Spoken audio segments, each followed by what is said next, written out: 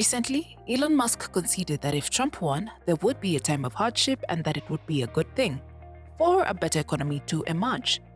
Some might look at such seeming ignorance with a sense of mockery. However, it is possible that, from his perspective, it might be a good thing, and it is not a reason for mockery but concern.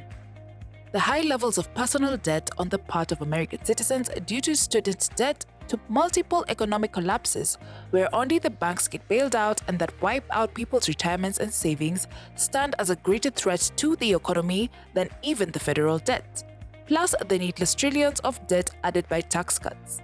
Now, if a nation is in debt, as long as people have money to spend and move through the economy, and you retain the soft power of your currency and a semblance of national respectability internationally, your nation's credit is still good. But ask yourself, what happens if you not only have massive amounts of private and public debt on the books, but also the nation elects a convicted felon who does not keep promises and abandons our allies? Suddenly, that nation has no credit. When you have a total loss of credit on the individual and national level that leads to bankruptcies, when that happens and you have a felon in office, that is when your national legacy becomes a fire sale to the only people that have adequate credit to buy infrastructure: billionaires and private equity funds, namely Donald Trump's backers. If you think that billionaires and equity funds would never be so hostile to a country and be allowed to get away with it, keep in mind that this happens all the time. It is only a slight modification of the business model of the IMF and World Bank, it could be argued. Ask the developing world if they would ever destroy a democracy because it was in the way of their profits. Ask if the leaders to those countries ever try to foreclose on key infrastructure. Ask the students in Kenya why they are protesting taxes tied to the repayment of loans that were arguably illegally taken out. In the event of such an economic collapse, it would not even necessarily be limited to key infrastructure. Yes, we cannot have the luxury of these national parks anymore. Who wants some mineral and water rights for pennies on the dollar? Everything generations have built for their children goes on the block. Since we know the international billionaires have done this in so many other countries, what makes you so sure that the same cannot happen in your own country? Why would they hesitate given the opportunity?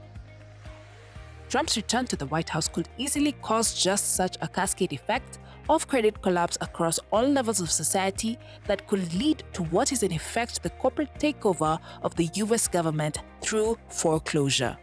This is why they love to stir up hate.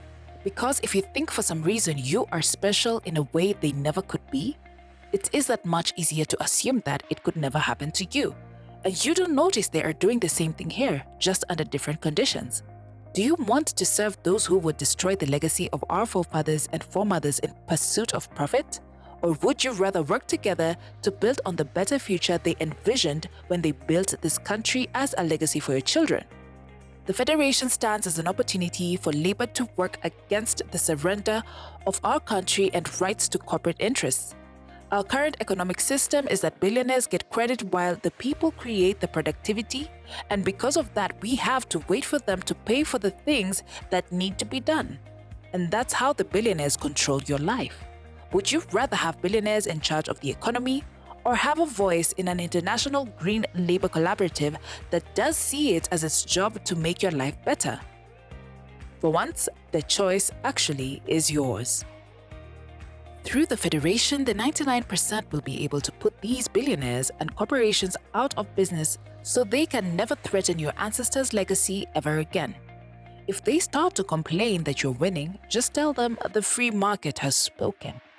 Considering that the Federation has a future investment program planned that will drive the worst offenders out of their industries with good old-fashioned competition, please like, share, and comment below which corporations you would like to have to face Federation competition. And don't be shy. They need you more than you need them.